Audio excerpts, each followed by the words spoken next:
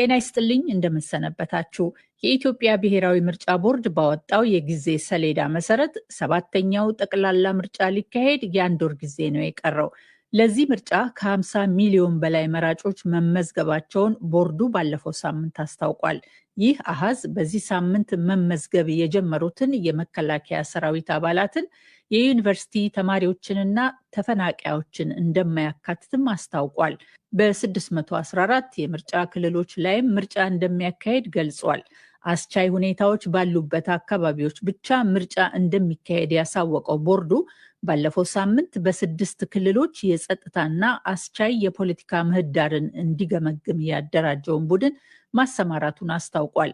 በሌላ በኩል ምርጫ ቦርድ ትግራይን በተመለከተ በቅርቡ በሰጠው መግለጫ አስቻይ ሁኔታ ካለ የምርጫ ሂደቶችን እንደሚቀጥል፣ ያ ካልሆነ ደግሞ ወደፊት ሊካሄድ እንደሚችል ጠቁሟል። በተለያዩ ክልሎች ግጭቶች በቀጠሉበት፣ በትግራይ ውዝግቡ ባልበረደበት፣ እንዲሁም የመካከለኛው ምስራቅ ጦርነት ቀድሞም የተባባሰውን የኑሮ ውድነት ባናረበት በዚህ ወቅት ላይ የሚካሄደው 7ኛው የኢትዮጵያ ጠቅላላ ምርጫ የዛሬው እንወያይ ዝግጅታችን ትኩረት ነው።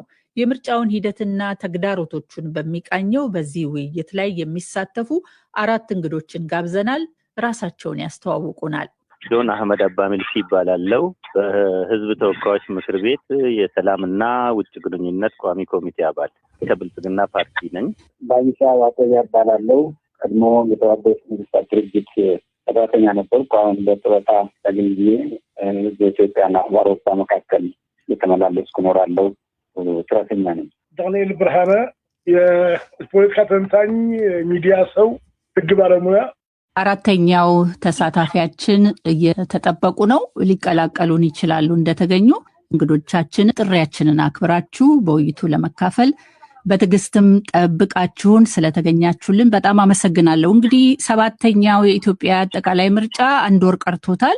ምርጫው ግንቦት 24 እንደሚካሄድ ያሳወቀው የኢትዮጵያ ብሔራዊ ምርጫ ቦርድ የመጨረሻው ዝግጅት ላይ ይገኛል። በአሁኑ ጊዜ የምርጫው ድባብ ምን ይመስላል? ሂደቱን በጥቅሉ እንዴት ትገመግሙታላችሁ? አቶ ጆን። እንግዲህ አሁን ቅድመ ምርጫ ዝግጅት ላይ ነው የምንገኘው። በቅድመ ምርጫ ዝግጅቶች የምርጫ ጣቢያዎችን የማቋቋም ስራ ምርጫ ቦርድ እያቋቋመ እንደሆነ ታስታውቋል። እጩዎችን የመለየት የመመዝገብ፣ እንደገና መራጮችን የመመዝገብ ሂደቱን ቁሳቁስ የማሟላት የተለያዩ ምርጫ ቦርድ አስፈጻሚዎችን በገለልተኝነት ይሄን ሂደት የሚያካሂዱ የተለያዩ የሚያስተማራቸውን የተለያዩ ድርጊቶች ሲያደርግ እንደነበረ እኛም ከምርጫ ቦርድ ወቅታዊ ሪፖርቶች ስንገነዘብ ቆይተናል እና ምርጫ አስቻይ ሁኔታ ያለባቸውንና አስቻይ ሁኔታ የሌለባቸውን በትክክልም ለይቶ ከጥቂት ቦታዎች ውጪ ምርጫ ማካሄድ እንደሚቻል ምርጫ ቦርድ ሁሉንም ፖለቲካ ፓርቲዎች፣ ባለድርሻ አካላትን በየወቅቱ እያወያየ አስቻይ ሁኔታውንም የሚለይ ቲም በማቋቋም ሰሞኑንም ተጨማሪ ጥርጣሬ ያለባቸው የሚባሉ ቦታዎች ልልኳል። እኛውን ባለን ግምገማ ግጭቶች ናቸው ኢትዮጵያ ውስጥ ያሉት። እነዛ ግጭቶችም ምርጫውን ለማካሄድ የሚያግዱ ሆኖ አላገኘናቸውም።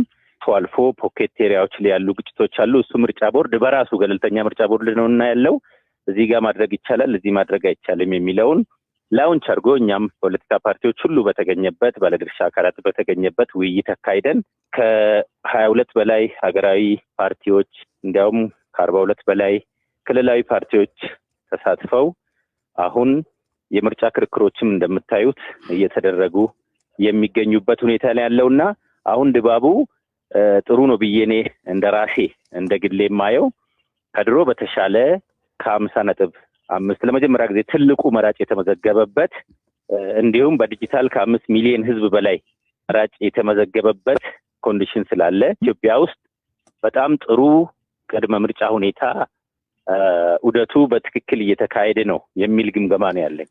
4ኛው ተወያያችን አሁን መስመር ላይ ገብተዋል።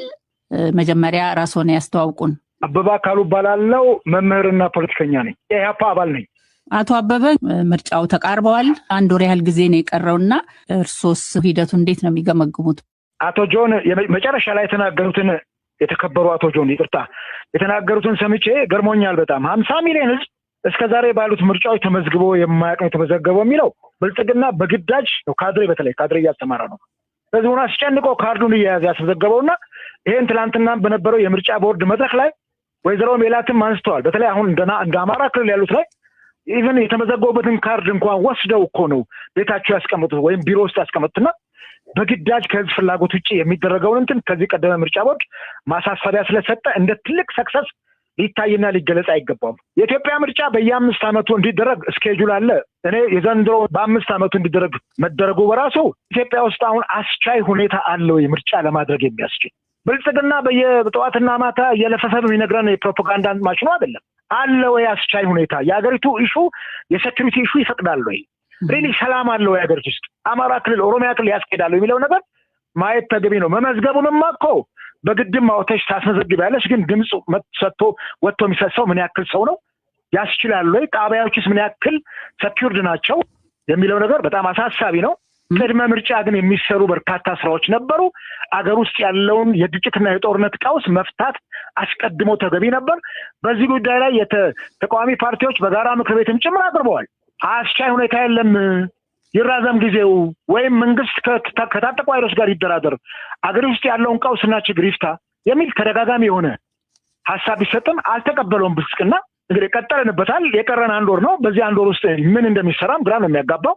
ትላንትም በዚህ ጉዳይ ላይ የምርጫ ቦርድ የፖለቲካ ፓርቲዎችን ሰብስበው ገምግመው ባየበት ሰዓት ላይ ከአማራ ክልል የመጡትም ተወካይ ኦልሞስት ግማሽ በሚሆነው የምርጫ ክልሎች ላይ ጤናማ የሆነ እንትን እንደሌለ ነው የገለጹት። ያም ሆኖ የእርሶ ፓርቲ በምርጫው ላይ ይሳተፋል?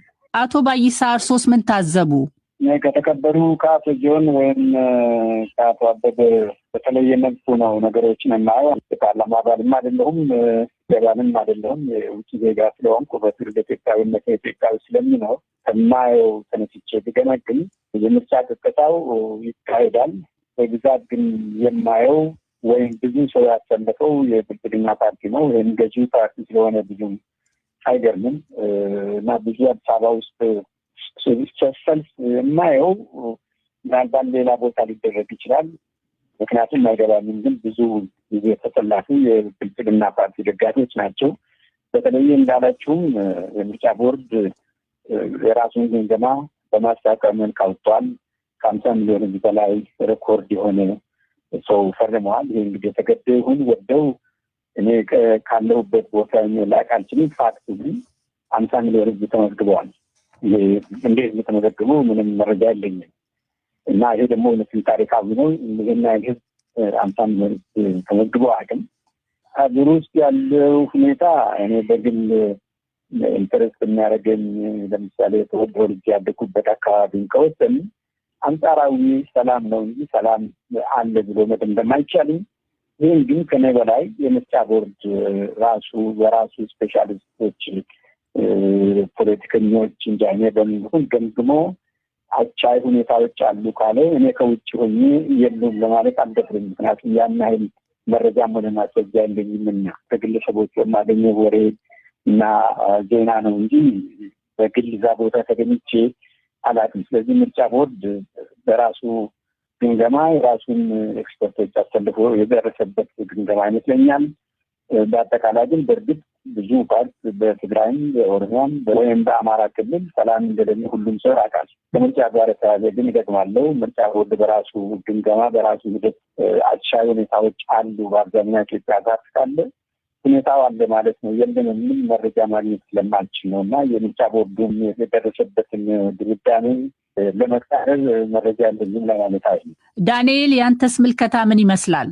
ምርጫ አገር ውስጥ ከጀመረ 1984 ሰኔ ላይ የወረዳ እና ቀበሌ ምርጫዎች ተደረገ። ከዛ ላይ 1987 እንዲህ ምርጫ እንደውጭ የጀመረው የብዝሃ ፓርቲዎች የሚሳተፉበት ምርጫ ማለት ነው። እንግዲህ ከዛ ጊዜ ጀምሮ ያሉት ገዢ ፓርቲዎች አንድ የሚሰሩት ዋና ስህተት ነው ብዬ የምወስደው ምርጫውን በእነሱና በመራጩ መካከል ብቻ ያለ ጉዳይ ያደርጉታል። ያ አይደለም። በእነሱና በተቀናቃኞቻቸው በተቃዋሚ ፓርቲዎች ከገዢ ፓርቲ ላይ ተቃዋሚ ሊሆን ስለሚችል በፓርቲዎች መካከል ያለ ፉክክር ነው በእነሱ መካከል ያለ። ስለዚህ ሌላ ተወዳዳሪ ከሌለ ምርጫው ሲሪየስ ችግር አለበት ከሚል ነው መነሳት ያለበት። ተቃዋሚ ፓርቲዎች ለምንድን ነው ኮምፒቲቲቭ እንዲሆን ኢሌክሽን ምርጫው ስላልፈለጉ ነው? ከራሳቸው ውስጥ ባለ ድክመት ነው ወይስ አጠቃላይ ድባቡ በፊትም ጀምሮ ከነበረ ገዢ ፓርቲ ያለው በጣም የተለጠጠ አድቫንቴጅ አለ ይህን ከፖለቲካ ባህላችን ሁሉ ይመረጭ ስለዚህ ገዢው ፓርቲ ያንን ታክል ማድረግ ላይ ትኩረት ሊሰጥ ይገባል እንጂ መራጩ ላይ ብቻ ማተኮር የለበትም ምርጫውን የሚያዩበት ፍሬምወርክ እኔ ትክክል አይመስለኝም ያም ሆኖ ግን ገዢው ፓርቲ የተወሰኑ ወንበሮችን አልወዳደርም ብሎ ፓርላማ ላይ የተወሰኑ ወንበሮችን እጩ እንደማያቀርብ እንደማይወዳደር ወስኖ ባዶ እንዳደረገ የተገለጸው ነገር ይሄ ራሱ እንዳንድ ጥሩ ነገር ነው ማለት ይሄ አይደለም ዋናው መፍትሄ ግን ይሄም ራሱ ግን አንድ ነገር ነው ማለት ኢህአዴግ ይሄን ነገር ተደጋጋሚ ተመክሮም ተጠይቆም ፈቃደኛ ያልሆነበት ነገር ነውና ይሄ በጥሩ የሚያዝ ነው ነገር ግን ሌሎች ተወዳዳሪ ሆኖ ምርጫውን ኮምፒቲቲቭ እንዲያደርጉት ድድር የተሞላበት እንዲያደርጉት የሚያደርገው ምን ያክል መራጭ ተመዘገበና ተመዘገበ ሳይሆን ተቋሞች ለመወዳደር የሚያስችላቸው ቁመና ላይ ቢያንስ የተወሰኑ ተቋሞች ሁሉ ማለት ነው 3-4-5 እኮ እና ስም ያላቸው ዝናም ታዋቂነቱም ያላቸው ብራንድም ያላቸው ድርጅቶች እንዲሳተፉ ማድረግ ላይ ነው ተተኩሮ ሊሰራበት የሚገባው የሚል እዛ ላይ በዛ መልኩ ነው ምርጫው ኮምፒቲቲቭነስ ላይ መገምገም ያለበት እንግዲህ ቀደም ሲል አቶ ጆንን እንዳነሱትም በአሁኑ ምርጫ የዲጂታል ቴክኖሎጂ ምዝገባ ስራ ላይ ውለዋል እንዴት አገኛችሁት ምን ያህል ውጤታማስ ነው አቶ አበበ ታደለው ነው እንጂ እዚህ ጎረቤታችን ኬንያ እንኳን ድምጽ እስከ መስጠት ድረስ በቴክኖሎጂ መጠቀም ይችላል ቴክኖሎጂው አምባገነን ለሆኑ መንግስታት አይመችም ምንም ጥርጥር የለውም ምርጫ አይፈረበርም ነገር ይታያል ነገር ግን እኛ ጋር ቴክኖሎጂው ምን ያክል ሰፍቶ ሄዷል ተደራሽ ነው ወይ ቴክኖሎጂው ለምሳሌ እጩዎችን በኢሜል ጭምር ለማስመዝገብ የተደረገው ጥረት በጣም ረጅም ቀናትን አጓቷል ምክንያቱም የትኛው ቦታ ነው ቴክኖሎጂው አክሰሱ ኖሮ የዳታ አክሰሱ ኖሮ ኢሜልን የመጠቀም አቅሙ ኖሮ የትኛው ቦታ ነው ከዛ በኋላ እኮ ነው እንደገና በወረቀት ምዝገባ የተጀመረው ይሄ በጣም ውስን የሆነ ቦታ ሊሆን ይችላል ትምህርት ሚኒስቴር እንኳን የአስራሁለተኛ ክፍል መለቂያ ፈተናን እኮ ለመፈተን ቴክኖሎጂው አልዳረስ ብሎት በትምህርት ሴክተሩ እንኳን ውስን ቦታዎች ላይ ቴክኖሎጂውን ሲጠቀም ውስን ቦታዎች ላይ በተለይ በሌሎች ቦታዎች ላይ ደግሞ ወረቀትን ይጠቀማልና ይሄን ቀስያን የምናዳብረው ጉዳይ ነው በቴክኖሎጂ መጠቀም ሀገራችንን ተጨባጭ ሁኔታ ከቴክኖሎጂው ማጠቃቀም ከህዝባችንን ብዛት አንፃር ቀስያን የምናደርገው ነገር ነው እንደርስበታለን እስከዛ ግን ባለው ጉዳይ ላይ ነው አሁን መነጋገር የሚገባል አገር ውስጥ ያለ ነው እኛ ነን ምናልባት የተከበሩ አቶ ጆን ፓርላማ ብልጽግና ወክለው ፓርቲያቸውን ሊወግኑ ይችላሉ ነገር ግን ኢትዮጵያ ውስጥ ችግሩን ገፈቱን የምናየው እኛ ነንና እኔ ለተወሰኑ ተቃዋሚዎች አሁን ኢህአዴግ ብልጽግና ወንበር መስጠቱ መደገፋቸው በጣም ገርሞኛል የተቃውሞ ጎራ ሽባ እኮ ነው የሚሆነው በዳረጎት ያገኘውን ስልጣን ላይ ከሆነ ይሄን መንግስት እኮ ሊጋደረውና ችግሩን ቀርፎ ሊነግረው እኮ አይችልም ያገኘውን ስልጣን እንዳያጣ ከስር ነው የሚከተለው ይሄንን እንደ በጎ ነገር ማየት የለብንም በቃ እኮ እጅን ጠምዞ መውሰድ ነው ማር አልሶ መውሰድ እኮ ነው ጥሩ ተቃዋሚ እኮ ካለ መንግስትም ህዝቡን እየነቀሰ እኮ ይታረማል ተቃዋሚዎች እኮ ያድጋሉ አማራጭ ፓርቲ ሆኖ ነው መውጣት ያለባቸው እንጂ ብልጽግና ጎያ ስር ተሸግጦ ዳቦ እንዲሰፈርላቸው ነው የሚፈልገው የተከበሩ እንዲባሉ ነው የሚፈልገው የፓርላማ መኖሪያ ቤትና ምናምን እንዲጠቀሙ ነው የሚፈልገው ይሄ አይደለም እኮ የራሳቸውን አማራጭ ሐሳብና ማኒፌስቶ እኮ ይዘው ነው ህዝብ ምርጫ የሚከራከሩትና ይሄንን እንደ ጥሩ ሰክሰስ እንደዚህ አይነት እንትን የትኛውም ዓለም ላይ ታያይ አይመስለኝም ምናልባት ጥምር መንግስት መመስረት ይቻል ይሆናል ያላቸውን መቀመጫና ያገኙትን ወንበር ይዘው ከዚህ በዘለለ ግን በዚህ ደረጃ ፓርቲዎች በአግባቡ ጠንክረው እንዳይወጡ የሚደረግ ነገር ስለሆነ ይሄንን እንደ ትልቅ ሰክሰስና እንደ ብልጽግና ትልቅ ድል አድርገን መውሰድ የሌለብን ጉዳይ ነው የሚል የጸና አቋም አለኝ አሁን ፓርቲዎች እንዳቀማቸው ይወዳደሩ በዚህ ጉዳይ ላይ አቶ ዳንኤል ናቸው ሐሳባቸውን የሰጡት አቶ ዳንኤል አሁን አቶ አበበ ካሉስ ጋር ልዩነት የለኝም ማለት ብልጽግና ወይም ገዢ ፓርቲ የራሳቸው ፖለቲካ ስሌት አላቸው ይሄን ሲያደርጉ ግን ይሄን መደረጉ አንድ ነገር ነው እንደው 100% እንደ ግብ ይዘው አለመወዳደራቸው ማለት አንድ ነገር መነሳት መጠቀስ አለበት ዋናው ግን መሰረታዊ ነገር ተቃዋሚዎች ፓርቲዎች ኮምፒቲቲቭ አንድ ምርጫ ዋናው መለኪያው ስልጣን ላይ ያለው ፓርቲ ምርጫውን ሊሸነፍ ይችላል ወይ ይሄን ስቴስቷል ልትሸነፍ የምትችልበት ምርጫ ስታደርግ ያን ጊዜ ነው ኮምፒቲቲቭነስ መለኪያ ነው አለዚያ ማሸነፍ የማይቀር ውድድር ከሆነ ውድድር የሚለውን ሴንስ ያጠፋዋል ውድድር ሊሆን የሚችለው የመሸነፍ እድል ሲኖር ነው መለኪያው ያ እንዳለ ሆኖ ግን ሲል 100% ካልሆነ አለ ማለታቸው አንድ ነገር ነው ብዬ ነቀስኩት እንጂ ይሄ መሰረታዊ ለውጥ ነው ማለት አይደለም ፕላስ የራሳቸው ፖለቲካ ስሌት አላቸው በዛ ቦታ ላይ እንዲገባ የሚፈልጉት ፓርቲ እንደሚኖርም መገመት አያቅተኝም ጥቅም ላይ ስለዋለው የዲጂታል ቴክኖሎጂ አቶ አበበ ለሁሉም ተደራሽ ያልሆነ ነው የሚል ስሞታም አቅርበዋል እና ምንድነው የእርሱ አስተያየት በዚህ ላይ አቶ ጆን? ጅማሮው በጣም ጥሩ የሚበረታታ ግን ሁሉም ነገር ሂደት እና ውጤት ተደምሮ ነው ምርጫን የሚገልጸውና ሂደት ፕላስ ውጤት ነው አንድ ምርጫ ለመገለጽ ሶስቱ የምርጫ ውጤቶች ውስጥና የኢትዮጵያን የምርጫ ታሪክ ራሱ ወደ ኋላ ዞር ብለሽ ብታይ እየተሻሻለ የመጣ ነገር መኖሩ ምርጫም ደግሞ ፍጹም ነው ማለት እንዳልሆነ ነገር ግን ከለፉ ምርጫዎች ሁሉ የተሻለ አሁን በክርክር ላይም በምርጫ ፓርቲዎች ማለት የሚደረገውን የሐሳብ ፍልሚያ ብታይ ትንሽ አንዳንድ አልፎ በችግር ዙሪያና በመወቃቀሶች ውስጥ አማራጮች ይዞ የመቅረብ አዝማሚያዎች የተሻሉ ናቸው ከሌላ ምርጫ ማለት ነው። እኔ አሁን የቀድሞ ሐሳብ ላይ መንግስት ወይ ብልጽግና ነው በርተው የሚል እንደ ፓርቲ እንደዛ አይደለም። የኛ ሐሳቤ ለማስተካከል ያህል ነው። እኛ ለተቃዋሚ ለኤኬሌ ተብሎ የሚተው ወንበር የለም። ነገር ግን እሳቤያችን ነው የቀየርነው። እሳቤ ማለት መታስተውሺ ከሆነ በኢህአዴግ ጊዜ 100% ማሸነፍ ዋት ኢዝ ዘ ሚኒንግ ነው።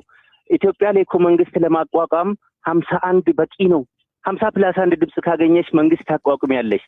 ስለዚህ ምንድነው ሌላውን ሁሉ ደፍቆ 100% ለማሸነፍ መሮጥ የሚለው እሳቤ መንግስት የሚያቋቁም ድምጽ ካገኘች ሌሎችም ድምጾችም ሁሉ የሚሰሙበት አውድ ቢኖር በአንድ ጀንበር ሁሉም ነገር የሚጠናቀቅ ሳይሆን የተሻለ የሆነ የሚሄድበት ስርዓት ይገነባል የሚል እምነት ነው ያለን እንጂ ወንበሮች ለፓርቲዎች መተው ምናምን የሚል እሳቤ መነሻው እንደዛ አይደለም። ይሄ ምርጫ ነው። ይሄ መንግስት ለመሆን ትልቅ ሀገር 135 ሚሊዮን ህዝብ ያላት ሀገር የ3000 ዓመት ታሪክ ያላትን ሀገር ለመምራት የሚደረግ ፉክክር ነውና እኔ አሁን ሀገራዊ ፓርቲ ተብሎ የሚወዳደሩት ራሱ ቢበዛ በአራት ፓርቲ መጠቃለል የሚችሉ ቢወያዩ ሰጥቶ መቀበል ቢኖር በመወያየት 50 ተተሽ 50 ወስደሽ ነው እንጂ 100% ተሸንፈሽ አይደለምና ጠቅለል ሰብሰብ የማለት ባህሪ ቢኖር ከዚህ የተሻለ የፉክክር መድረኮች ድምጾችም የተሻለ ውጤት ያለው የተሻለ የነጠረ ሐሳብ የሚወጣበት የመታየት እድል ይኖራል። እስካሁን ያለው ግን በጣም ጥሩ ነው። እኔ እንደ ጥሩ ከሁሉም ምርጫዎች የተሻለና ጥሩ እየሄድን ነው የሚል ሐሳብ ነው ያለኝ።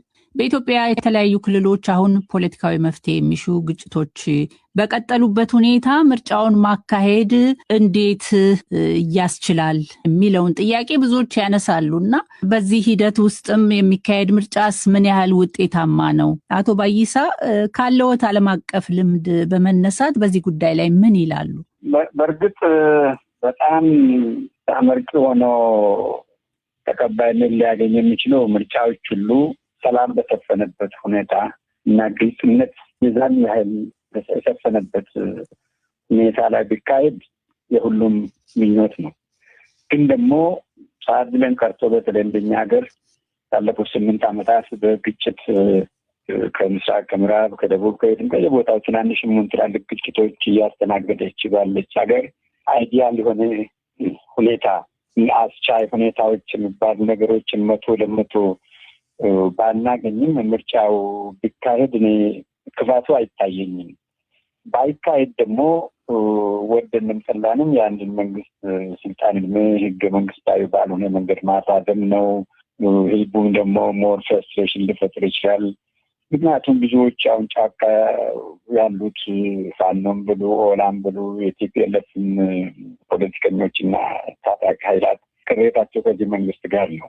ስለዚህ ምርጫ ደግሞ ባይካሄድና እንደገና ለሌላ 5 ዓመት ወይም ሰላም እስክገኝ ብሎ ቢተላለፍ ደግሞ የባሰኑ ቅሬታው የሚቀጥል ይመስለኛል በታጣቂዎቹ መካከል። ስለዚህ በነግምት 100% አይደለም አስቻይ ሁኔታ ያለበት ሀገር የተወሰነ ቦታ ነው። የተወሰነ ቦታ ደግሞ ሰላም ነው።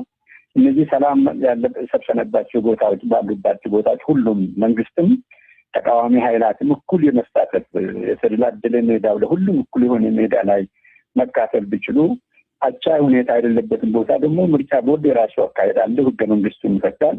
ያ በሌላ መንገድ ተካሂዶ ደግሞ ሌላ ጊዜ ቢካሄድ እኔ ህገወጥም አይደለም አካሄዱ። ምናልባትም ደግሞ ለታጣቂ ኃይላት መንግስት ተቃውሞ ጫካ ላሉትም ደግሞ ምርጫ መካሄዱ አንድም የቅሬታቸው መልስ ይሆናል ብዬ ነው የምገምተው ውጤቱ እንግዲህ ሳነካ። ስለዚህ ለሰላምም ደግሞ ምናልባት ከዚህ ምርጫ በኋላ የተሻለ እድላል ብዬ አስባለሁ። እንደ ዲፕሎማት ይሄ ምርጫ ችግሮቹን ያባብሳል ብዬ አልገምትም። ምናልባት ወደ 60% የሰላም እድላል ብዬ ገምታለሁ ከምርጫው በኋላ። አቶ ጆንስ ምን ይላሉ? 100% ኢትዮጵያ ከዳር እስከ ዳር ሰላሙን የሚደረግ እሰየው በጣም የምንወደው ነገር ነበር። ነገር ግን የኢትዮጵያ ችግር ለመቶ ዓመታት ወይም ከዛ የሀገረ መንግስት ግንባታ ጋር ተይዞ ብዙ ችግሮች አሉ ብለን ነው የምናምነው እኛ እንደ ምክር ቤትም። ስለዚህ ለዚህ ጉዳይ ሀገራዊ ምክክር ኮሚሽን አቋቁመን ሁሉም ኢትዮጵያ ህዝብ ተሳትፎበት ለምን በኢሊት ባርጌን የኢትዮጵያን ችግር መፍታት አይቻልም የሚል እምነት ስላለን ህዝቡ ምንም ሁሉም አካታች በሆነ ሁኔታ ተወያይተን ለኢትዮጵያ የሚበጀውን በእርግጥ እኔ 1 ዓመት ከምንዋጋ 10 ዓመት ቁጭ ብለን ብንወያይ ነው የሚሻለው ለኢትዮጵያ። በዛ በሀገራዊ ምክክር ነባራዊ ብዙ ችግሮች አሉ ያልተግባባንባቸው እጅግ በጣም ብዙ። ያ ደግሞ በብዛት ህዝብ ውስጥ ባይሆን ፖለቲካ ኤሊቱን እያለያየ ስለሄደ ይሄንን በዛ እንፈታለን ብለን ሄደናል። ሁለተኛ እንደ መንግስት ሰላም በር ዛሬም ነገም ክፍት ነው። አስቻይ ሁኔታዎችን ሲያትት ምርጫ ቦርድ ዘንድሮ አረንጓዴ ቢጫ ቀይ ብሎ የምርጫ ጣቢያዎችን ሁሉ ለሁሉም የፖለቲካ ፓርቲዎች ፕሬዘንት አድርጎ አይደለም የምትሉትንም ነው የምትሉትንም ተከራከሩ ብሎ ሀሳብ ተሰጥቶ ነው አስቻይ ሁኔታዎችን የለየ ነው በራሱ ምርጫ ቦርድ አሰራር እና ህጎች መሰረት ማለት ነው። በዛ ለይቶ አስቻይ ሁኔታ አለ ባለባቸው ቦታዎች ሁሉ ነው የምርጫ ጣቢያ መስርቶ እየሄደ ያለውና ከምርጫ ቦርድ የተሻልኩ ነኝ በምርጫ ጉዳይ የሚል አቋም የለኝም። እሱን ነው የምወስደው። ነገር ግን የሰላም ሁኔታውን ብታይ አሁን አማራ ክልልን እስከ ትላንት ድረስ ብቻ 34,000 የታጠቁ ወንድሞቼ ገብተው የታድሶ ኮሚሽን ፕሮሰስ ውስጥ ለማለፍ ግማሹ ሰልጥኖ ግማሹ በዛ ሊያልፍ ገብተዋል ማለት ነው። እስከ ትላንት ያለው ነው 34,000። ኦሮሚያ ውስጥም ከዚህ ያላነሰ ቁጥር እየሄደ ነው። ሰላም በር ክፍት ነው አሁንም ማለት ነው። እንደ ኢትዮጵያ መንግስትም 24 ሰዓት ግማሽ መንገድ ሄዶ ለመቀበል አሁንም ዝግጁ ነው። ነገር ግን ወንድሜ ቅድም ያነሳውን ስትረስ ለማድረግ ምርጫ እኮ ይሄን ጉዳይ ለማርገብም አንዱ መፍትሄ ነው እና ምርጫው በዚህኛው ዙር ባይካሄድ ያለፈው እንኳን ኮንስቲቱሽናል ኢንተርፕሪቴሽን ተሰጥቶ ነው 1 ዓመት በኮሮና ምክንያት የተዘገየው። አሁን ምርጫ ባይካሄድ እኮ ኢሊጂቲሜት ገቨርንመንት ይሆናል። እዚህም እዛም የሰፈር አለቃ ይፈጠራል ማለት ነው። ማንም ላይ መንግስት አይደለም የሚል ነገር ነው ቀጥሎ የሚመጣው። የባሰ አዘቅት ውስጥ ነው የምትገባው ኢትዮጵያ ማለት ነው። ምርጫ በዚህ ወቅት ማድረግ ማለት ለሚደረገውም የሰላም ድርድር ወንድሞቻችንም ጫካ ያሉትን ሀሳባቸውን ሰምተን ብሔራዊ ምክክር ኮሚሽንም በሽግግር ፍትህም ነገሮችን እየፈታን ኢትዮጵያ ደግሞ ሌጂቲሜት ገቨርንመንት whoever the winning party is ሌጂቲሜት ገቨርንመንት እየኖራት በሌጂቲሜት ገቨርንመንት አምብሬላ ስር በህዝብ የተመረጠ ከህዝብ የሆነ መትከል መቻል አለብን። እሱ ብቻ ነው ከአዙሪቱ የሚያወጣንና ለዛ ደግሞ ምርጫ ቦርድ ያቀረበው አስቻይ ሁኔታ አለባቸው ያለው በቂም ነው። ሁሉም ችግር ደግሞ በአንድ ጀንበር አይፈታም። የተሻለ ሁኔታ ግን አለ። ለሰላሙም በሩ ክፍት ነው፣ ዝግ አይደለም እንደተባለው የሚለውን ለማንሳት ነው። እንግዲህ አቶ ጆን ምርጫው ባይደረግ ሀገሪቱ የባሰ አዘቅት ውስጥ ነው የምትገባው ብለዋል። አቶ አበበ እርሳቸውም ሆኑ ከእርሳቸው በፊት የተናገሩት አቶ ባይሳ ባሉት ይስማማሉ? የእርስዎ አስተያየት ምንድን ነው? አቶ አበበ ድምጻቸው አይሰማኝም። አቶ ዳንኤል? እኔ እስካሁን አስተውለው ነገር ምንድን ነው ገዢው ፓርቲ በዋናነት ምርጫው የሚፈልገው ህጋዊነቱን ወይም ቅቡልነት ሌጂቲሜሲ ነው ትክክለኛ ቃል ኤሌክቶራል ሌጂቲሜሲውን ለማረጋገጥ ነው። ይሄ በፊት ኢህአዴግም የነበረው ግብ ነው። ከዛ ምርጫው እንዲለካ የሚፈልገው ደግሞ በተመዘገበ መራጭ ቁጥር፣ በተመዘገቡ ምርጫ ጣቢያዎች ቁጥር እንደዚህ ነገር ነው። ይሄ ደግሞ ኢህአዴግ ሲጠቀምበት የነበረው ቤንችማርክ ነው፣ መለኪያዎች ናቸው። በእነዚህ መለኪያዎች ከኢህአዴግ ተሽያለው ከሆነ እንግዲህ የፐርሰንቱን ጉዳይ አላስብትም፣ ግን የኢትዮጵያ ህዝብ ብዛት ያው ስለጨመረ የመራጭ ቁጥር ጨምሮ ሊሆን ይችላል። አለዚያ ግን ምርጫ ቦርድ ለምሳሌ አማራ ክልል ውስጥ ቀይ ያደረገባቸው ወደ 20% የሚሆኑ አካባቢ ነው። ስለዚህ እዛ አካባቢ ላይ ምርጫ ጣቢያም የለም ከመጀመሪያ እንኳን ምዝገባ ሊደረግ ቀርቶ ወይ ደግሞ እንግዲህ በዲጂታል ከተመዘገበም ትርጉም የለውም የማይመርጥ ህዝብ ቢመዘገብ። ሌላ እንደገና 20% የሚሆኑ ቢጫ ያደረገባቸው ናቸው። ግን በምርጫ ቦርድ እንኳን ብንሄድ ለምሳሌ አማራ ክልል ላይ ቀላል የማይባል ቦታ ነው ከዚህ ውጭ ሆነው ትግራይ አለ እንደዛው። ቢያንስ እነዚህ እንኳን አቀናንሰን እንደገና ከኢትዮጵያ ህዝብ ደግሞ ካለው አጠቃላይ ብቻ የንቃትም የትምህርትም ደረጃ ከዛቱ 51% ተመዝግቧል። ይሄን ተመዝግቧል አይታወቅም፣ ሪከርድ ነው ከተባለ ይገርመኛል። ምክንያቱም ኢህአዴግም ባለው መዋቅር ሁሉ ነገር ተጠቅሞ ሁሉም አይነት መንግስታዊ አቅሙን ተጠቅሞ ነው ያስመዘግበ የነበረው ሰው በራሱ ኢኒሼቲቭ አይደለም። ስለዚህ ከዚህ የተሻለ አፈጻጸም ተገብቶ ከሆነ ጥሩ እንጂ ህዝቡ አዲስ የፖለቲካ ንቃት አዲስ ፈጥሮ ሊሆን አይችልም። ነገር ግን ቢሆንስ አሁን ኳሊቴቲቭ ለውጥ ነው የሚያስፈልገው እንጂ ኢህአዴግ እኮ በመላው ሀገሪቱ ላይ 80% በመቶ ኢቭን 90% ኦልሞስት 100% ሙሉ ምርጫ ያደርግ ነበር። ያ ዲሞክራቲክ ሊያስጠኝ አልቻለም። ምክንያቱም ኮምፒቲቲቭ ሳልነበረ ሰውን ኮምፒቲቲቭ ነው ወይ ነው ዋና ነገር እንጂ የኢህአዴግን ቤንችማርክ ተጠቅሞ የኢህአዴግን መለኪያ ተጠቅሞ ኢህአዴግ ችን ታክል ተሻሽያለሁ ማለቱ አይለውጠውም። ሰብስታንቲቭ በውጤቱ ነው የሚለካው። ዘንድ ኦፍ ዘ ውጤቱ ምንድነው? ተቃዋሚዎች በተመጣጣኝ አቅም ሲባል የግድ እንደው የሀገር መንግስት ይቀይሩ አይደለም። እዚህ ዞን ላይ እዚህ ወረዳ ላይ በቃ ሊያሸንፉ ይችላሉ ብለን አሁን ተቃዋሚዎች ገና ውድድር ላይ ስለሆኑ እንደዚህ ማለት ያው ደስ ላይል ይችላል። ግን የሀገራችን ተጨባጭ ሁኔታ እናውቀዋለን። ሶ የትኛው አካባቢ ላይ ነው ገዢ ፓርቲ አሁን እያላበውና ጨንቆት ያለው አላውቅም። ሊኖር ይችላል ግን በቃ ያ ነው መለኪያው የሚወዘኝ ወሰደኝ። አቶ አበበ አሁን ተገኝተዋል። አቶ አበበ አለሁኝ። እንግዲህ ኢትዮጵያ ውስጥ ያለ ነው እኛን ጆንም ኢትዮጵያ ውስጥ ነው ያለት። ምናልባት ለመንግስት ስለሚቀርብ ይሆናል። ከዛ ውጭ ያለውን ችግር እናውቀዋለን በየክልሉና እነኚህ ግጭቶች ኦልሞስት በዚህ 8 ዓመት ውስጥ የጠቅላይ ሚኒስትር አብይ አህመድ መንግስት ወደ ስልጣን ከመጣ ጀምሮ ያሉ ግጭቶች ናቸው። እነኚህ ግጭቶች አድማሳቸውን እያሰፉ መጥተዋል። እስፔሻሊ አማራ ክልል፣ ኦሮሚያ ክልል ኦልሞስት ወደ ወለጋ፣ ሰሜን ሸዋ አካባቢ ኦሮሚያ ሰሜን ሸዋ፣ አሁን ደግሞ ወደ ጉጂ እኔ ተወልጄ ያደኩበት ቦረና አካባቢ እነኚህ ግጭቶች እያየሉ መጥተዋል። ከዚህ በዘለለ ሌሎችም አካባቢዎችን ስናያቸው ትግራይ ቶታሊ ባለፈው አልተደረገም፣ አሁንም ኢግኖር ተደርጓል።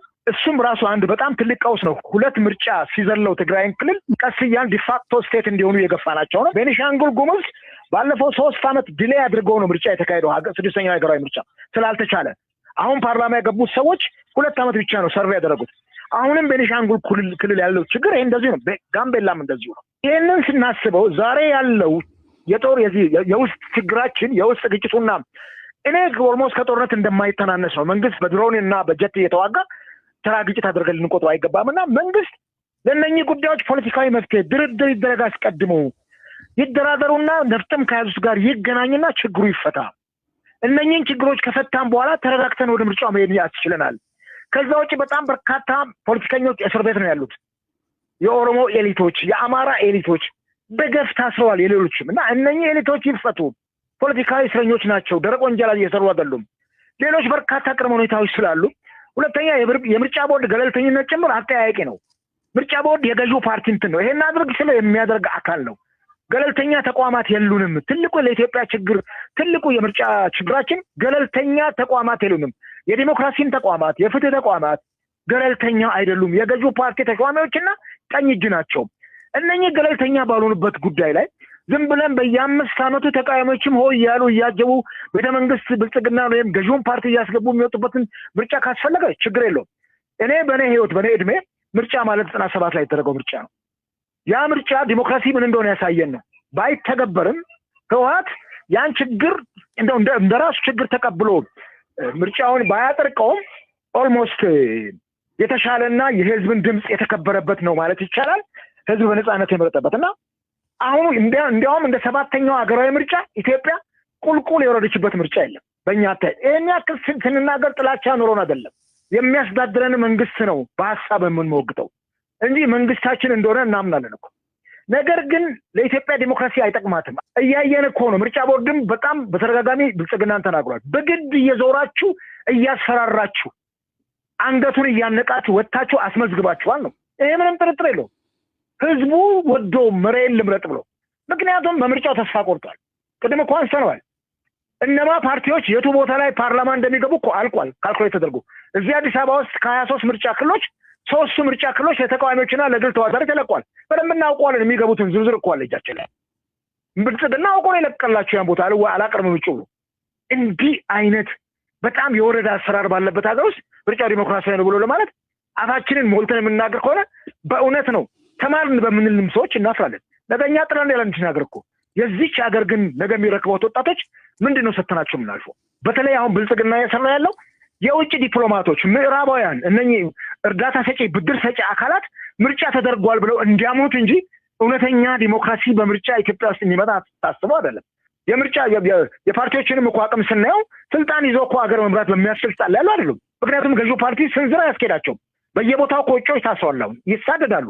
በፍጹም እኮ ታች ያለው ካድሬ እኮ አያስቀምጥም የፓርቲዎችን እጩና በዚህ አይነት ወከባ ውስጥ ምርጫ አድርጎ ሀገሪቱ በጦርነት የታመሰች ግጭቶቹ የበዙ ቀጠናው ላይ ያለው ችግር ሱዳን ጋር እዚህ በሱዳን በኩል ያለው በቤኒሻንጉል ጉሙዝ ክልል ያለው በጋምቤላ ክልል ያለው ችግር እንዲህ በከፋበት ሰዓት ላይ አረጋግቶ አገርን ሰላምን አስፍኖ ወደ ምርጫ ራሱ የጦርነት የግጭት የግድያ የመገዳደል የብጥብጥ ምንጭ ሊሆን ይችላል እና ይሄ ደግሞ አይተነዋል ከጎረቤቶቻችንም እና በዚህ መልኩ ቢታይና አገሪቱ ውስጥ ያለው ግጭት የውስጥ ችግሮቻችን ከተፈቱ በኋላ ወደ ምርጫ መሄድ የሚያስችለንን ሲቹዌሽን ብናመቻች መልካም ነው። የታሰሩትንም የፖለቲካ ሊቃን ዝም ብሎ ፍርድ ቤት እያመላለሱ ከማሰቃየት ከህዝብ ጋር እርቅ ለመፍጠር ይሄን ማድረግ ተገቢ ነው የሚል የጸና አቋም ነው ያለን። እንደሚታወቀው የትግራይ ክልል እንደ 6ኛው ጠቅላላ ምርጫ ሁሉ በ7ኛው ጠቅላላ ምርጫም ተሳትፎ እያደረገ አይደለም። ከዚያ ይልቅ በህወሓትና በክልሉ ጊዜያዊ አስተዳደር መካከል ከፍተኛ ውዝግብ ተፈጥሯል። ይህም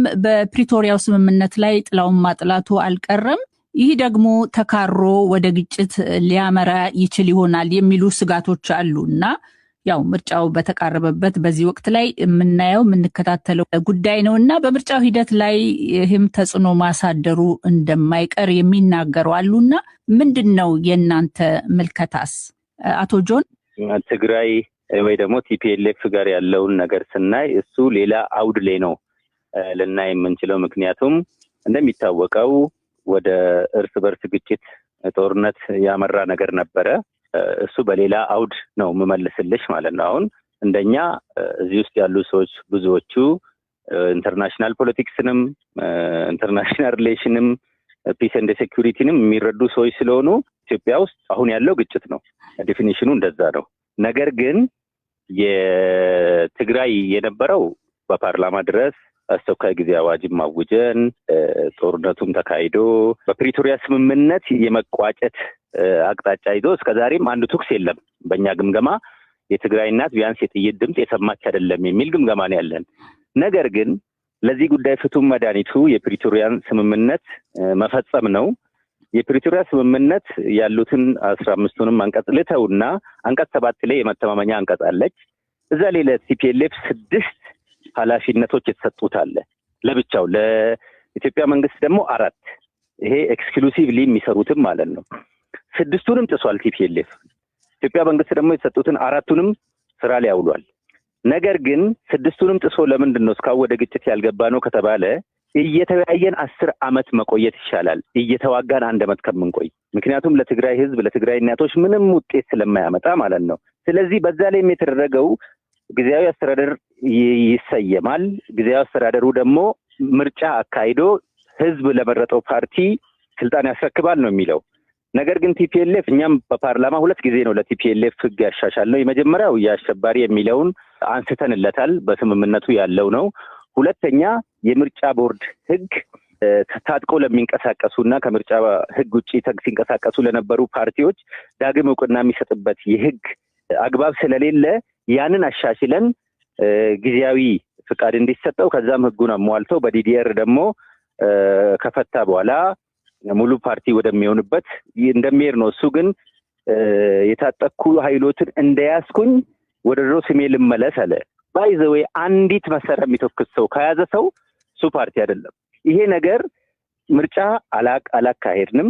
ነገር ግን ያው እዛ የሚደረገው ምርጫ ከዚህኛው አካል ጋር ሳይሆን በፕሪቶሪያ ስምምነት መሰረት በኢትዮጵያ ህገ መንግስት መሰረት ሌላ ህዝቡ የመረጠው ህጋዊ ምርጫ ይደረግና ያ የመጀመሪያው የጨረባ ምርጫ ውድቅ አድርጓል። በፕሪቶሪያ ስምምነት ውድቅ መሆኑን ተስማምተዋል። ኢትዮጵያ መንግስትን ተቀብለዋል። ብቸኛ የኢትዮጵያ መከላከያ ሰራዊት አንድ ነው ብሎ ተስማምተዋል። ይሄን ሁሉ ተስማምተው ነው የመጡትና ምርጫ እንዲደረግ ነው የሚለው ማለት ነው። ስለዚህ በሌላ አውድ ነው የሚደረገው። የነሱ በፕሪቶሪያው ስምምነት መሰረት የዛሬ 2 ዓመትም እነሱ ሁኔታውን የሚመቻች ሁኔታ ቢፈጥሩ ኖሮ ይደረግ ነበር ማለት ነው። ዛሬ ይሄኛው ምርጫ ጋር የግዴታ አብሮ የሚያስኬድ ግዴታ ኖሮ አይደለም።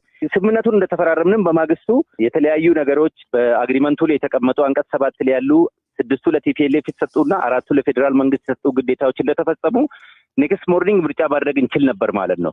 አሁንም ዛሬም ነገም ይደረጋል ማለት ነው። የግድ 7ኛው ሀገራዊ ምርጫ ጋራ የሚል አንደምታ አይደለም ማለት ነው። በፕሪቶሪያ ስምምነት መሰረት የምንፈጽመው ጉዳይ ስለሆነ ስለዚህ እኔ ምንድነው የምለው አሁንም እዛ አካባቢ ያለው አንደኛ ብዙ የጦርነት ግብዣዎችን የሚመስሉ የተለያዩ ነገሮች አሉ። ነገር ግን አሁንም ለትግራይ ህዝብ የሚበጀው ሰላማዊ ትግል አድርጎ አንደኛ የፌደራል መንግስትን ስልጣን እቀበላለሁ ብቸኛ የኢትዮጵያ መንግስት ፌደራል መንግስት ነው ብሎ ነው ፈርሞ የመጣውና ቲፒኤልኤፍ ፕሪቶሪያ አግሪመንት ላይ ፌደራል መንግስት አንዱ ኢንስቲትዩሽኖችን ሁሉም እቀበላለን ከዛ ደግሞ አንዱ ምርጫ ቦርድ ነው። ምርጫ ቦርድ ደግሞ ጠቅላላ ጉባኤ አድርገ ሌጋሊቲ ይዘና ብሎ ደብዳቤ ጽፏል። 6 ወር ሰጥቷል፣ 3 ወር ሰጥቷል። ከዛም ወደ ራሱ ህጋዊ አካሄዷል ሄዷል ማለት ነው። አሁንም ህጋዊ የምርጫ ፓርቲ ማሟላት ያለባቸውን ፕሮሲጀር አሟልተው መመዝገብ ይችላሉ። ባይዘ ዝግ አይደለም።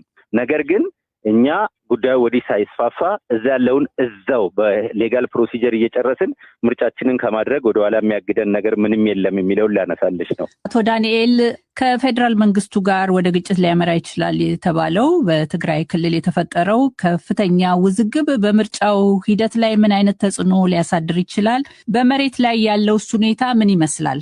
ፌደራል መንግስትና ህወሓት መካከል ያለው ነገር በሰላም ሂደቱን በመገምገም ማዕቀፍ ውስጥ ማየት ስለሚኖርብን ወደዛ ዝርዝር አሁን መግባት አልፈልግም። ነገር ግን ህወሓት ትግራይ ላይ ሰፊ ኃይል ሰፊ አቅም ያለው ድርጅት ነው።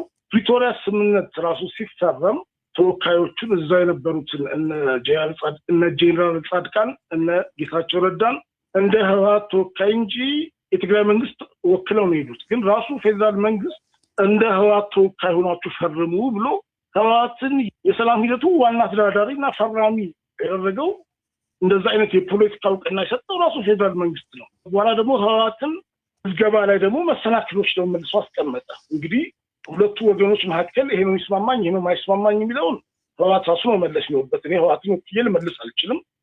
ነገር ግን ህወሓት እሱ ማይሳተፍበት ምርጫ ትግራይ ውስጥ እንዲካሄድ ህወሓት ያመቻቻል ብሎ መጠበቅ ማለት ሪያሊስቲክ አይደለም። ማለት ይሄን የሚጠብቅ ሰው ማንም እንደሌለ ግልጽ ነው። ስለዚህ ህወሓትን በሌላ መንገድ አስወግድና ከዛ ምርጫ አደርጋለሁ የሚል እቅድ ፌደራል መንግስት እንዳለው ነው የሚገባኝ። ከመጀመሪያ ህወሓት ሲሰረዝ ጀምሮ የዛሬ ዓመት ላይ ሌላ አማራጭ ይከተላለሁ የሚል ስሌት ይዘው ነው እንጂ ህወሓት ምርጫ አድርጎስ እሱ ምርጫ ማይወዳደርበት ቢያደርግ ጥሩ ነው። ማለት ምርጫ ቢደረግ ትግራይ ጥሩ ነው። እኛ ሌሎች ፓርቲዎች አሉን፣ በምርጫ የምንገልጸው ሀሳብ አለን። ነገር ግን እንደዚህ አይነት ሚና ይጫወታል ያደርጋል የሚል ኤክስፔክቴሽን ካለ እንግዲህ ይገርመኛል። ዞሮ ዞሮ ይሄ አንድ ነገር ሆኖ ምርጫ ቦርድ ግን በአጠቃላይ በዚህ ሂደት የተጫወተው ሚና እኔ ገንቢ አድርጌ አልወስደውም። አሁን ቀላል ምሳሌ ቅርብን ጊዜ ላምጣ። ቅርብ ጊዜ ፌዴሬሽን ምክር ቤት አፈ ጉባኤው ስለ ምዕራብ ትግራይና ስለ ደቡብ ትግራይ የጻፉት ደብዳቤ መጀመሪያ ፌዴሬሽን ምክር ቤት ውሳኔ አይደለም፣ አፈ ጉባኤው ነው በራሱ የጻፈው። የሰውየው ማለት አፈ ጉባኤው ደብዳቤ ነው። ሲቀጥል ያን ደብዳቤ እንኳን የጻፈው ምርጫ ቦርድ ጥር 1 ላይ በጠየቀው መሰረት ነው። ምርጫ ቦርድ ለዚህ አይነት ጥያቄ አይጠይቅም። ምርጫ ቦርድ እንደ አጠቃላይ ከ1 ዓመት በፊት ነው። 1 ዓመት በፊት ማለት የዛሬ ዓመት ቢያንስ ግንቦት 2017 ላይ የምርጫ ወረዳዎችን ዝርዝር አዘጋጅቶ ወይ ደግሞ በጣም ከዘገየ ደግሞ በዚህ ዓመት መጀመሪያ ላይ የሀገሪቱ በሙሉ ምርጫ ወረዳ ዝርዝር አዘጋጅቶ ያስጸድቃል ፌዴሬሽን ምክር ቤት። ፌዴሬሽን ምክር ቤት ቼክ ያደርግለታል እንደው ፍትሃዊ ያልሆነ ነገር እንዳይኖር። ከዛ በኋላ ቴክኒካል ስራዎችን የሚቀጥለው እንጂ እንትን የምትባለዋን ወረዳ እስኪ አንድ ነገር አድርግልኝ ብሎ አይጠይቅም። አሁን ይሄ በይፋ አልተናገሩትም። በኋላ ግን ደብዳቤው ሲወጣ ፍርድ ቤት በነበረው ክርክር ምክንያት ደብዳቤዎች ላይ ሲቀርቡ ታየ። ፌዴሬሽን ምክር ቤት ምርጫ ቦርድ በጠየቀ መሰረት እንጻፍኩት አለ። አሁን ይሄ ከኃላፊነቱ ከሚና ውጭ ወጥቶ ምርጫ ቦርድ እየተጫወተ እንዳለ ነው የምናየው። የህወሓትን በተመለከተ ፓርላማ የፓርቲዎች ምዝገባ ህግን አሻሽሎ ህወሓት ሊመዘገብ የሚችልበትን ክፍተት ከፈጠረ በኋላ ምርጫ ቦርድ ለዛ ማስፈጸሚያ ብሎ ያወጣው መመሪያ እንዳያማህ ጥራው እንዳይበላ ግፋው ነው የሆነው። ቢያንስ የህወሓት አመራር ለዛ ነው የተረጎመው። እቺ ማነቂያ ነች። ይህንን ብንፈርም ነገ ከነገ ወዲያ ሌላ ጣጣ ነው የሚያመጣብን። ስለዚህ እዚህ ውስጥ መግባት የለብንም ብለው ነው አንመዘገብም ያሉት። ጥቅማቸውን ጉዳታቸውን እንግዲህ ራሳቸውን እነሱ ያውቃሉ ብለን ማሰብ ያለብን። ስለዚህ ምርጫ ቦርድ አጠቃላይ በሂደቱ የተጫወተ ያለው ሚና ገንቢ አድርጌ ነው ያወስደው። አቶ አበበ ተቃዋሚ ፓርቲዎች በተለያዩ ጉዳዮች ላይ አስተያየት ትሰጣላችሁ። እንግዲህ አሁን በትግራይ ክልል ጉዳይ ላይ እየተነጋገርን ነውና ምን ትላላችሁ ተቃዋሚ ፓርቲዎች በዚህ ላይ? ይሄ የእናንተ ስጋት አይደለም ወይ አቶ አበበ? በኮቪድ ምክንያት ነው ምርጫ የተራዘመው 6ኛ ሀገራዊ ምርጫ ምንም ጥርጥር የለውም እኔም በነበርኩበት ፓርቲ ውስጥ እንዴት አድርገን እንውጣ የሚለውን ነገር የህግ ክፍተት በመኖሩ ህገ መንግስቱ ላይ የመውጫ መንገዱ ህግ እንትን ተብሎ ነው ያና ተሻሽሎ ወጣውና ትግራይ ወይም ህወሓት ከፌደራል መንግስቱ ስልጣን በላይ አይደለችም የግድ የፌደራል መንግስት የሚሰጠውን እንትን መቀበል መቻል አለባቸው ለዚህም ያበቃቸው ህወሓትን ፌደራል መንግስት ነው ምንም ጥርጥር የለውም የብልጽግና መንግስት ነው እኮ ይሄን ያክል ችግሩ ሲከተን ይሄ ሁሉ አሁን የምንበጣበጥበት ችግር አንዱ መነሻ የህወሓት ችግር ነው ነገር ግን ህወሓትን ከትግራይ ህዝብ ለይተን ማየት መቻል አለበት ያ ሁሉ ኮዝ ያለው የትግራይ ወጣት ነው እንጂ ሹማምንቱ አይደሉም የህወሓት ሰዎች አይደሉም ነገር ግን ቅድም ሲያነሱ ነበር የተከበሩ የፓርላማ አባሉ የፕሪቶሪያ ስምምነት ምን ያክል የተገበረው ሪሊ በፕሪቶሪያ ስምምነት መሰረት ብልጽግና ህወሓትን ትጥቅ አስፈትቷል ወይ ፈታለች ወይ ህወሓት ትጥቅ እውነትን እንነጋገር ቲዲኤፍ አሁንስ ታንክና መድፍ የለውም በቅርብ ቀን ውስጥ ምንድነው ያሉት ኢታማዦር ሹሙ ታንኩን መድፉን አየር መቃወሚያውን አስረክቡና ሂዱ ነው ያሏቸው እጃቸው ላይ እንዳለ ይታወቃል እኮ ብቅ አደረጋቸው አሁን ብለዋቸዋል ለምንድነው የምንዋሸው ፌደራል መንግስት ወንጋራና ጠንጋራ የሆነ መትረየስ ሳይተው አይደለም እንዴ እነኚህ ሰዎች ትጥቅ ፈተዋል ብሎ የሚለን ሙሉ ለሙሉ እንደ በዛ ደረጃ እኮ የቡድን መሳሪያ ታጥቀው መንቀሳቀስ አልነበረባቸው ፌደራል መንግስት ተገቢውን የትጥቅ ማስፈታት ስራ ስላልሰራ ዛሬም ትግራይ ላይ ህወሓት ስጋት ሆኗል ሁለተኛ ቲዲኤፍ አሁን እዛ ያን ያክል ነገር እያደረገ እዚህ ሀገር ውስጥ ሐራ መሬት በሚል የቲዲኤፍ ግንጣይን መንግስት እያደራጀ አይደለም እንዴ ምን ጥርጥር አለው ሁለት ቦታ ከፍሎ ከእንዲህ አይነት ነገር ትግራይ መላቀቅ አለበት ከዛ ውጪ በተለይ የህወሓት ሰዎች በጣም አስቸጋሪ ከመሆናቸው ተነሳ መንግስትም የሚያየው ቀስ እያለ ከነሱ አንዳንድ እያለ አውቶ ወደ ማዕከል እያመጣቸው ነው ያሉት እንዲህ አድርጎ ማሳሳት ካስፈለገ ኦልሞስት ይሳሱ ነው ግን ማወቅ የሚፈልገው በዚህ ሰዓት የትግራይ ጦርነት የሚባል ነገር አይፈልግም ዛሬ አዲስ አበባን ብታዩት በትግራይ ወጣቶች ተጥለቅልቋል እየሸሹ መጥተው አይፈልጉም ጦርነት በፍጹም የጥይት ድምጽ መስማት አይፈልጉም ከዚህ በዘለለ ግን ቅድም የፓርላማው ተወካይ እንዳዩት ዛሬ የትግራይ ህዝብ የጥይት ድምጽ የሰማ አይደለም የሚሉት ሳይለንት ዋር ነው ያለው ነዳጅ የለ ደሞዝ የለ ዳቦ የለ ስቃይ ውስጥ ነው ያለው ህዝቡ ይሄን እኮ ህወሓት ሹማምን ተላጥቶ የሚበሉትን የትን አላጡም እነሱ እኮ ጠግበው ነው የሚያድሩት ያ ህዝብ ግን ደሞዝተኛው እንኳን በጀት ከማዕከል የሚላከውን አጥቶ ችግር ውስጥ ነው ያለው ዘን ይሄ ህዝብ እስከመቼ ነው እንዲህ የተቆላ የሚሄደው ህዝብ አይደለም ወይ አገሩ አይደለችም ኢትዮጵያ ስለዚህ ይሄንን ግምት ውስጥ ማስገባት አስፈላጊ ነው ትጥቅ መፍታት ነበረበት ከዛ ውጪ የወልቃይትና የራያ ጉዳይ ስንት ጊዜ ነው በሁለት ወር ውስጥ ነው በአንድ ውስጥ ምርጫ ቦርድ ሁለት አይነት ሐሳብ ያቀረበው ወደ ትግራይ ክልል መለሰው እንደገና ደግሞ ወደ ማዕከልም ወደ ፌደራል መንግስት ከዛ በኋላ ተሰረዘ ለምንድን ነው እንዲህ አይነት ዥዋዥዌ እንደ ፔንዱለም መወዛወዝ ለምን አስፈለገ ችግሩን ለምን መቅረፍ አይቻልም የታሉ የተፈናቀሉ ሰዎች ወደ ቦታቸው የተመለሱት የት ነው ያሉት ይሄንን ነው እኮ አሁን እየተጠየቀ ያለው ነገር እዛም ህወሓት ተፈናቃዮችን እንደ መሳሪያ ይዛ ትጫወትባቸዋለች በራብ እየቀጣች ይሄንን ችግር ሳይቀርፍ የትኛው የፕሪቶሪያ ስምምነት ነው ተግባራዊ ነው በመንግስት በኩልም ክፍተት አለ በህወሓት በኩል አውቆም የሚደረግ ጉዳይ ነው መንግስት ደግሞ እዚህ የራሱን የቤት ስራ አሳይመንቱን በአግባቡ መጨረስ ነበረበት አልጨረሰም ይሄን ባልጨረሰበት ሁኔታ ወልቃይትና ራያን እንደ መጫወቻ ካርድ አድርጎ ህዝቡን ዥዋዥዌ ማጫወት ተገቢ አይደለም ሁለት ዙር ሙሉ ምርጫ ለመደረጉም የራሱ ችግር አለውና በዚህ መልኩ ነው መገለጽ ፈልገው አቶ ባይሳ አሉ የተባሉ ችግሮችን ግጭቶችን እና በትግራይ የተፈጠረውን ከፍተኛ ውዝግብ እንዲሁም ሌሎች ፈተናዎች ሀገሪቱ የገጠሟት በምርጫው ላይ ምን ተጽዕኖ ሊያሳድሩ ይችላሉ የሚል ግምት አለዎት ይሄን ባጭሩ ይመልሱልንና ከዛው አያይዘው በኢትዮጵያ ሰላማዊና በብዙሃኑ ዘንድ ተቀባይነት ያለው ፍትሃዊ ምርጫ እንዲካሄድ ምን መደረግ አለበት ይላሉ መፍትሄ የሚሉትን ጠቁሙን ከመንግስት ከፖለቲካ ፓርቲዎች ከሲቪክ ማህበራት እና ከህዝቡ ምን ይጠበቃል ትግራይ ያለው ሁኔታ አሳዛኝ ሁኔታ ነው የፖለቲካ ይዘቱ ሳይሆን እኔ የሰዎቹ የግል ካራክተር ይመስለኛል ነገሩን ያወሳሰበው እንጂ በግሌ ቀላል ይመስለኛል ለመፍታት ግን አሁንም ይሄ ደግሞ በኢትዮጵያ በጠቅላላ በሌሎች የኢትዮጵያ ክልሎችም ላይ በጣም አሉታዊ የሆነ ተጽዕኖ ያሳድራል ምክንያቱም ትግራይ አንድ ክልል ብቻ ሳይሆን የትግራይ ህዝብ በጠቅላላ ሁለት ቦታ ተከፍሎ እንደዚህ በሚዋጋበት ጊዜ ሌሎች ቦታም ደግሞ ሰላም በሌለበት ሁኔታ ምርጫው ቫሉን ይቀንሳል ከተወሰነ ድረስ አስባለሁ አዝናለሁ እኔ መፍትሄውን በግሌ ሰዎቹ መነጋገር ብቻ ነው ያላቸው ሌላ መፍትሄ የለም ጠመንጃ ሶሉሽን አመጣም መነጋገር አለባቸው መፍትሄው ይሄ ነው ችግርን ብቻ መናገር ሳይሆን መፍትሄዎችን እያመጡ ሰዎች ቁጭ ብለው ማውራት መነጋገር አለባቸው ባይ አቶ ዳንኤል ዋናው ችግሩ ያለው ይሄ ዜሮ ሰም ፖለቲካ ያንዱ ማግኘት ሌላው ማጣት የግድ የሚሆንበት አይነት የፖለቲካ ባህልና የፖለቲካ እንቅስቃሴ ውስጥ መውጣት ያስፈልገናል። ለገዢው ፓርቲ ግን በተለይ ተቀናቃኞቹ አስቸጋሪ ወይ ናቸው ብሎ ሊገመግም ይችላል። አስቸጋሪ ናቸው ብሎ ስለገመገመ ግን እነሱን ገለል አድርጎ የሚያስበውን ነገር ለመስራት የሚያደርገው ነገር አንዳንዴ የህልም ሩጫ ሊሆን ይችላል። ዛሬ የተለያየ ቦታ ላይ ጠበንጃ የታጠቁ ኃይሎች የዛሬ 4-5 ዓመት ጠበንጃ አልታጠቁም ነበር። ወደፊት ደግሞ ስናይ የዛሬ 5 ዓመት ሙሉ ሰላምና ሁሉም በቃ አርፎ ወደ ሰላም የሚገባበት ሁኔታ ይፈጠራል ወይስ የባሰ በቀላሉ ማስተካከል ነገር ውስጥ እንገባለን? መገመት እንችላለን፣ ግን ማንም አያውቅም። ሁለቱም እንዳላስበን ወደ ከፋ እየሄድን ሊሆን እንደሚችል አስበን እንቅስቃሴያችን በዛ መልኩ መመጠንና ነገሮችን በመቻቻል ወይም ደግሞ በመናገር መፍታት ነው የሚሻለው። አቶ ዳንኤል ብርሃኔ፣ አቶ ባይሳ ዋቆያ፣ አቶ አበበ አካሉ እንዲሁም አቶ ጆን አህመድ በውይይቱ ሐሳቦቻችሁን ስላካፈላችሁን በጣም እናመሰግናለን። እግዚአብሔር ይስጥልኝ።